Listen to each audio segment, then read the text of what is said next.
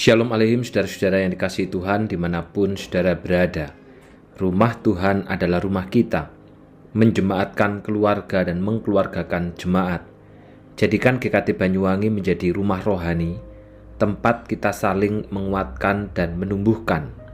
Ratapan 1 ayat yang pertama sampai dengan yang kelima, betapa sunyi Yerusalem sekarang ini, kota yang dahulu ramai sekali, dahulu unggul di antara bangsa-bangsa, kini menjadi seperti janda.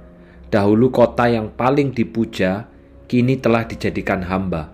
Sepanjang malam ia menangis sedih, air mata berderai di pipi, tak seorang dari para kekasihnya yang mau menghibur dia. Ia dikhianati kawan-kawan yang telah berbalik menjadi lawan. Penduduk Yehuda meninggalkan negerinya karena diperbudak dan sangat sengsara.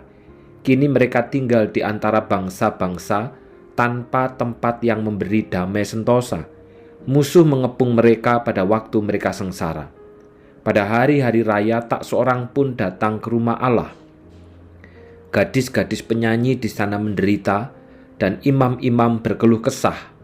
Tak ada orang di pintu-pintu gerbang. Kota Sion diliputi kesedihan. Musuh-musuhnya berjaya karena berhasil menguasainya.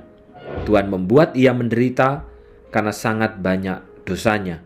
Penduduknya telah ditawan dan diangkut ke pembuangan.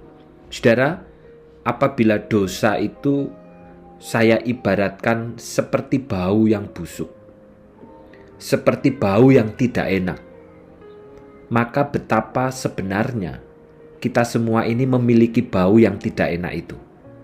Kenapa, saudara? Karena kita masing-masing masih hidup di dalam dosa.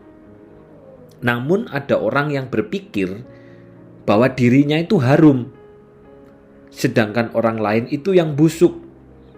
Orang lain itu yang baunya tidak enak.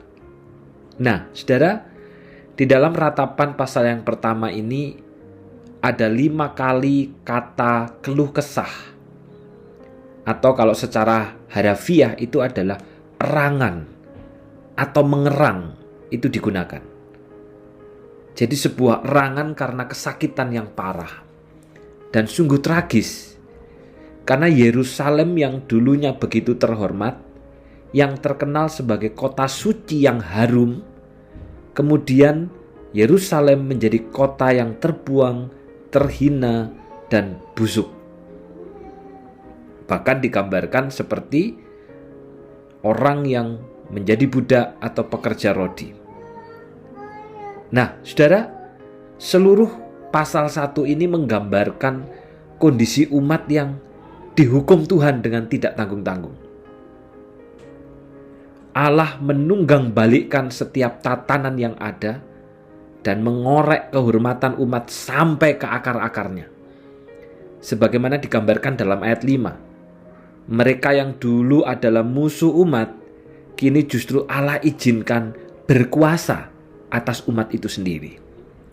Maka yang menjadi pertanyaan buat kita hari ini adalah, apa yang menyebabkan sehingga Allah itu sedemikian dahsyat menghukum umatnya sendiri, menghukum miliknya sendiri, menghukum kepunyaannya sendiri, saudara?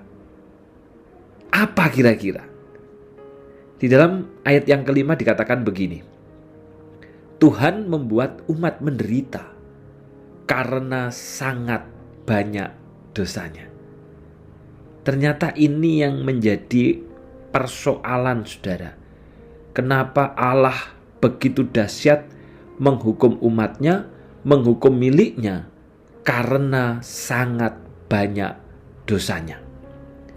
Umat yang seharusnya menggambarkan kehidupan yang kudus, sebagaimana Allah yang disembah itu kudus, justru dikatakan sangat banyak dosanya.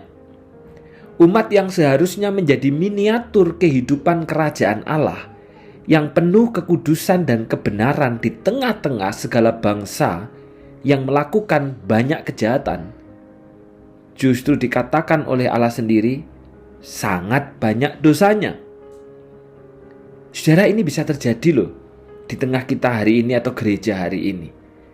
Gereja yang seharusnya miniatur kehidupan kerajaan Allah, di mana di dalamnya penuh dengan kebenaran, penuh dengan kekudusan, seperti visi kita saling menguatkan dan juga saling menumbuhkan. Bisa jadi justru di dalamnya itu malah saling saling melemahkan, saling menghancurkan, saling menjatuhkan. Dan kata Allah itu sangat banyak dosanya. Sekalipun saudara, Allah sudah memperingatkan umat berulang-ulang dengan berbagai cara melalui sang Nabi Yeremia, ternyata umat tetap menolak untuk bertobat dan hidup mereka semakin banyak berbuat jahat. Karena dosa inilah yang mengabaikan Allah, yang mengabaikan firman Allah, dan tidak menghiraukan kekudusannya di tengah-tengah umat atau gereja, maka akhirnya Allah menghukum umatnya sendiri dengan sangat dahsyat dan hebat. Bangsa yang hidup di dalam kekudusan semu, dengan nabi-nabi dan imam-imam yang bertindak sesuka hati, dengan para pemimpin rohani yang tidak takut Tuhan, kini mendapati diri mereka berada dalam kubangan kenajisan yang melekat pada diri mereka begitu rupa, sehingga mereka pun tak kuasa menanggungnya. Saudara, firman Tuhan ini mengingatkan kepada kita hari ini.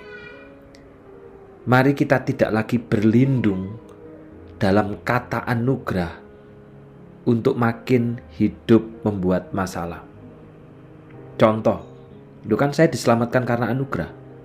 Berarti kan tidak apa-apa saya berbuat dosa ini dan itu sesuka hati saya, tidak menghiraukan kekudusan Allah, kan nanti saya akan mendapatkan anugerah.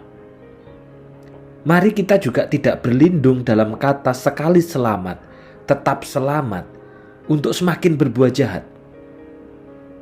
Karena Allah itu kudus, dan Allah tidak akan membiarkan saya dan saudara yang telah diselamatkan karena anugerah justru makin banyak sekali dosanya. Saudaraku, tujuan Allah menyelamatkan saya dan saudara dengan iman adalah supaya kita dimampukan untuk hidup dalam pertobatan di tengah dunia yang semakin kelam. Bukan justru semakin hidup di dalam dosa. Karena itu mari kita hidup dalam pertobatan dan bukan hidup dalam hukuman dengan semakin memperbanyak dosa. Sebaliknya, mari kita makin memperbanyak kebenaran, makin memperbanyak kekudusan, makin memperbanyak ketaatan. Karena apapun yang kita tabur, itu yang kita tuai. Orang yang menabur badai akan menuai badai juga. Orang yang menabur kebaikan akan menuai kebaikan. Mari kita berdoa. Bapa yang di surga, kami bersyukur karena firman-Mu hari ini mengingatkan kepada setiap kami, supaya kami tidak berlindung dalam kata anugerah dan kata selamat, sekali selamat tetap selamat, untuk semakin berbuat jahat. Karena Engkau adalah Allah yang kudus, yang tidak akan pernah membiarkan umat-Mu hidup di dalam dosa atau bahkan memperbanyak dosa. Karena tujuan Engkau menyelamatkan kami dengan iman adalah supaya kami dimampukan untuk hidup dalam pertobatan di tengah dunia yang semakin kelam, bukan sebaliknya kami makin hidup dalam kejahatan. Karena itu tolonglah kami Bapa, supaya kami makin memperbanyak kebaikan, memperbanyak kebenaran, memperbanyak kekudusan, dan memperbanyak ketaatan di dalam hidup kami. Sebab apa yang kami tabur, itu yang akan kami tuai. Barang siapa menabur angin, dia akan menuai badai. Barang siapa menabur kebaikan, dia akan menuai kebaikan. Barang siapa menabur kebenaran, dia pun juga akan menuai kebenaran.